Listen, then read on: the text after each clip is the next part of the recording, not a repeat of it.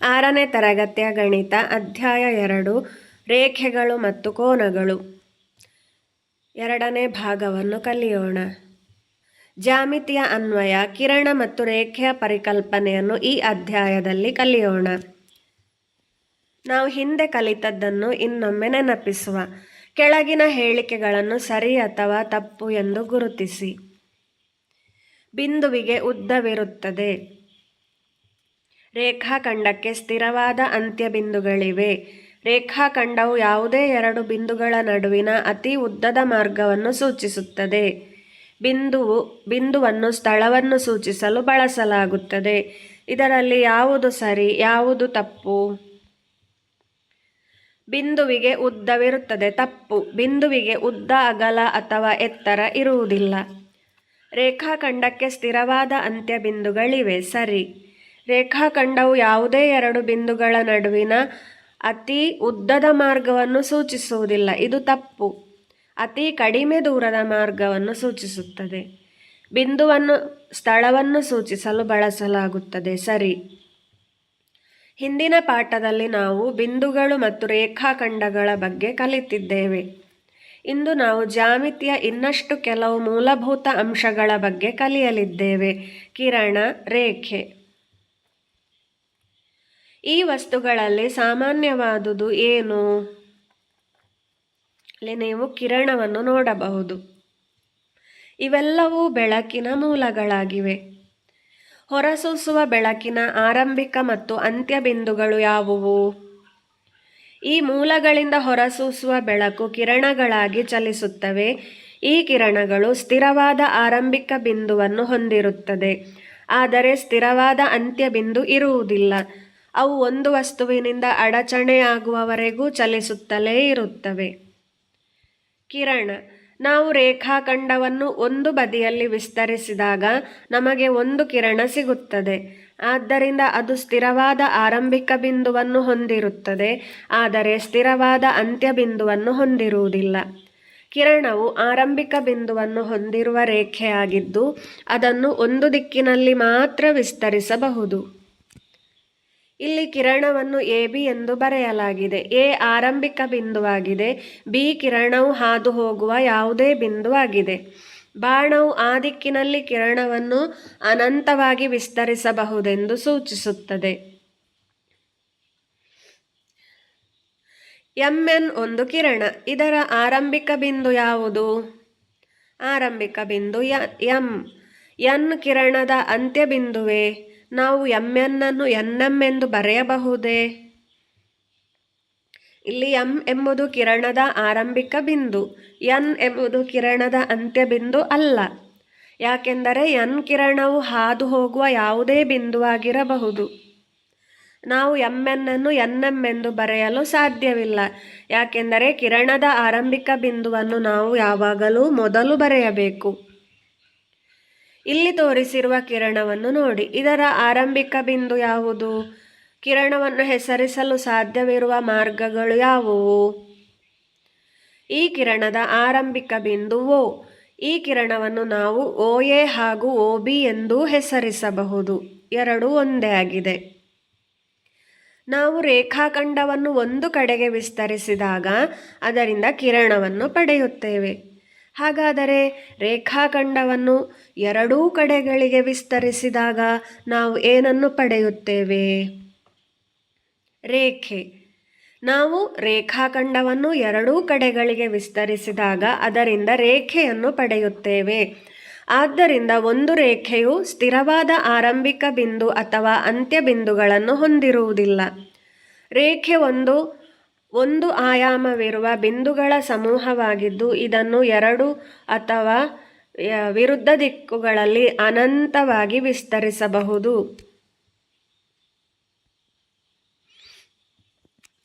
ಇಲ್ಲಿ ರೇಖೆಯನ್ನು AB ಎಂದು ಬರೆಯಲಾಗಿದೆ.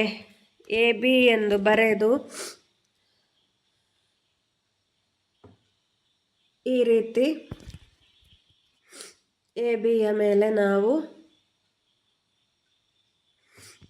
ರೇಖೆಯ ಚಿಹ್ನೆಯನ್ನು ಗುರುತಿಸಬೇಕು. ಎ ಮತ್ತು ಬಿ ರೇಖೆಯು ಹಾದು ಹೋಗುವ ಯಾವುದೇ ಎರಡು ಬಿಂದುಗಳಾಗಿವೆ. ಒಂದು ರೇಖೆಯನ್ನು ಒಂದೇ ಅಕ್ಷರದಿಂದ ಹೆಸರಿಸಬಹುದು. ಇಲ್ಲಿ ತೋರಿಸಿರುವಂತೆ ಎಂ ಎಂಬ ಅಕ್ಷರದಿಂದ ಹೆಸರಿಸಬಹುದು. ಬಾಣಗಳು ರೇಖೆಯು ಎರಡೂ ದಿಕ್ಕುಗಳಲ್ಲಿ ಅನಂತವಾಗಿ ವಿಸ್ತರಿಸಬಹುದು ಎಂಬುದನ್ನು ಸೂಚಿಸುತ್ತದೆ. ಎಲ್ಲ ರೇಖೆಗಳು, ಕಿರಣಗಳು ಮತ್ತು ರೇಖಾಖಂಡಗಳನ್ನು ಪ್ರತ್ಯೇಕವಾಗಿ ಗುರುತಿಸಿ ಪಟ್ಟಿ ಮಾಡಿ. ಇಲ್ಲಿ ಚಿತ್ರದಲ್ಲಿ XY ಮತ್ತು ST ಅಂದರೆ ಕೆಂಪು ಬಣ್ಣದಲ್ಲಿ ಸೂಚಿಸಿದ್ದು ರೇಖೆಗಳಾಗಿವೆ. BC ಮತ್ತು GH ನೀಲಿ ಬಣ್ಣದಲ್ಲಿರುವುದು ಕಿರಣಗಳಾಗಿವೆ. ಹಸಿರು ಬಣ್ಣದಲ್ಲಿರುವಂಥದ್ದು UV, IJ, PQ, MN ಇವುಗಳು ರೇಖಾಖಂಡಗಳಾಗಿವೆ. ಭೂಮಿಯ ಮೇಲಿನ ರೇಖೆಗಳು ಯಾವುವು? ಈ ರೇಖೆಗಳ ಬಗ್ಗೆ ನೀವು ಏನನ್ನು ಹೇಳಬಹುದು? ಈ ಕಾಲ್ಪನಿಕ ರೇಖೆಗಳು ವೃತ್ತಾಕಾರವಾಗಿದ್ದರೂ ನಾವು ಅವುಗಳನ್ನು ಹೆಚ್ಚಾಗಿ ರೇಖೆಗಳು ಎಂದು ಕರೆಯುತ್ತೇವೆ.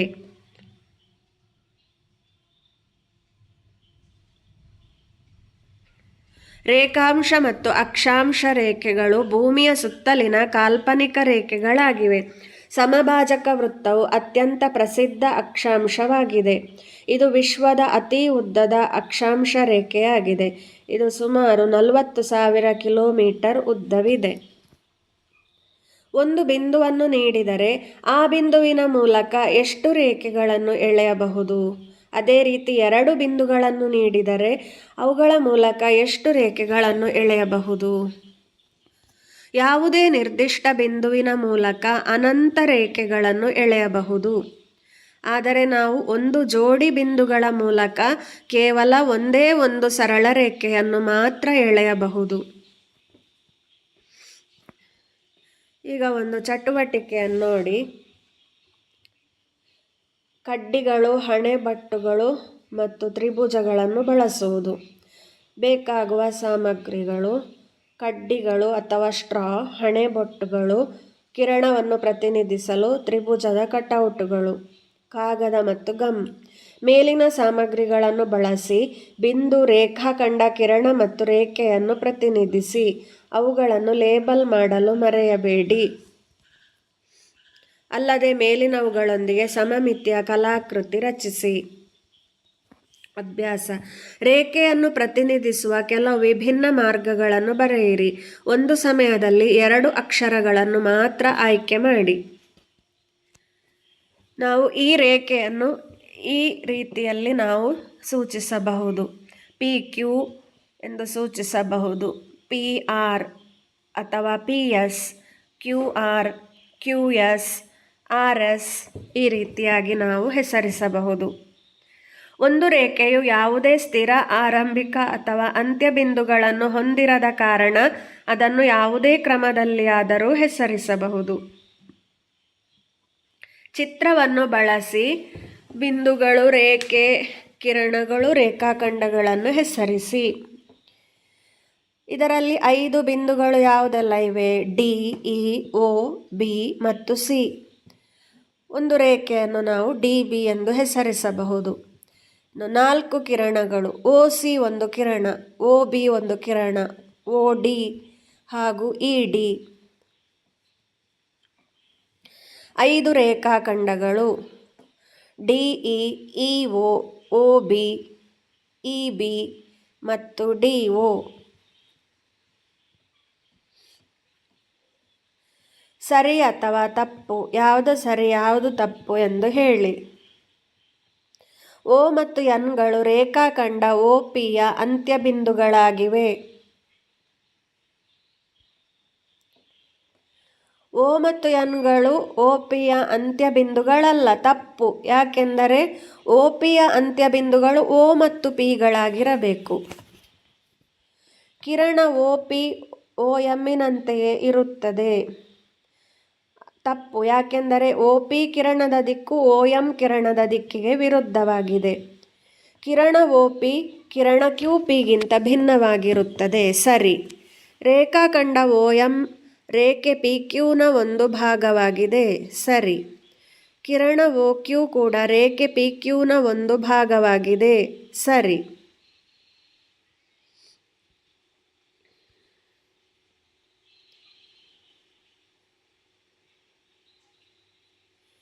ವಿಷಯಗಳು ಪ್ರಾರಂಭವಾಗುವ ಸ್ಥಳವೆಂದರೆ ಒಂದು ಸಣ್ಣ ಬಿಂದು, ಹಾಳೆಯ ಮೇಲಿನ ಒಂದು ಬಿಂದು. ಈ ಪರಿಪೂರ್ಣ ಬಿಂದು ಎರಡು ರೇಖೆಗಳು ಹೆಚ್ಚಾಗಿ ಸಂಧಿಸುವ ಸ್ಥಳವಾಗಿದೆ. ಇಲ್ಲಿಂದ ಒಂದು ಕಿರಣವು ಆಕಾಶದ ಮೂಲಕ ಮಿಂಚಿನಂತೆ ವೇಗವಾಗಿ ಹೊರಹೋಗುತ್ತದೆ. ಒಂದು ತುದಿ ಸ್ಥಿರವಾಗಿರುತ್ತದೆ, ಇನ್ನೊಂದು ತುದಿ ವಿಸ್ತರಿಸುತ್ತದೆ ಮತ್ತು ಎಲ್ಲೆಡೆ ಚಲಿಸುತ್ತದೆ. ನೀವು ನೋಡುವಂತೆ ಒಂದು ರೇಖಾಖಂಡವು ಅದನ್ನು ಬಿಗಿಯಾಗಿ ಹಿಡಿದಿಡಲು ಎರಡು ಬಿಂದುಗಳನ್ನು ಹೊಂದಿರುತ್ತದೆ. ಇದು ಒಂದು ನಿರ್ದಿಷ್ಟ ಭಾಗ ನಿಖರವಾಗಿ ಅಳೆಯಲ್ಪಟ್ಟಿದೆ, ಸರಿಯಾದ ಸ್ಥಳದಲ್ಲಿ ನಿಲ್ಲುವ ರಸ್ತೆ. ಆ ಪ್ರಬಲ ರೇಖೆಯು ದೂರದ ನಕ್ಷತ್ರವನ್ನು ಮೀರಿ ಮುಂದುವರಿಯುತ್ತದೆ.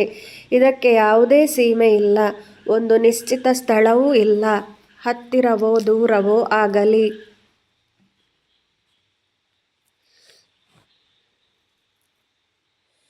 ನೀವು ಕವಿತೆಯನ್ನು ಓದಿ ಆನಂದಿಸಿದ್ದೀರಾ?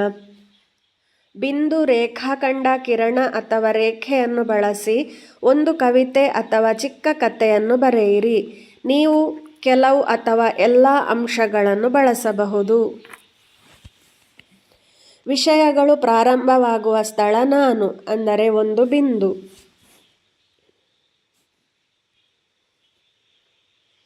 ನೋಡಿ, ಒಂದು ಬಿಂದುವಿನಿಂದ ಎಲ್ಲ ವಿಷಯವು ಪ್ರಾರಂಭವಾಗುತ್ತದೆ. ಆ ಬಿಂದುವು ಎರಡು ರೇಖೆಗಳು ಸಂಧಿಸುವ ಸ್ಥಳವೂ ಆಗಿರುತ್ತದೆ. ಕಿರಣ ಎಂಬುದು ಒಂದು ಬಿಂದುವಿನಿಂದ ಹೊರಟು ಮುಂದುವರಿಯುತ್ತದೆ, ಇನ್ನೊಂದು ಬದಿಯು ಮುಂದುವರಿಯುತ್ತಾ ಹೋಗುತ್ತದೆ. ರೇಖೆಗೆ ನೋಡಿ ಯಾವುದೇ ಸೀಮೆ ಇಲ್ಲ, ಅದನ್ನು ನಾವು ಎಷ್ಟು ದೂರದವರೆಗೆ ಬೇಕಾದರೂ ವಿಸ್ತರಿಸಬಹುದು.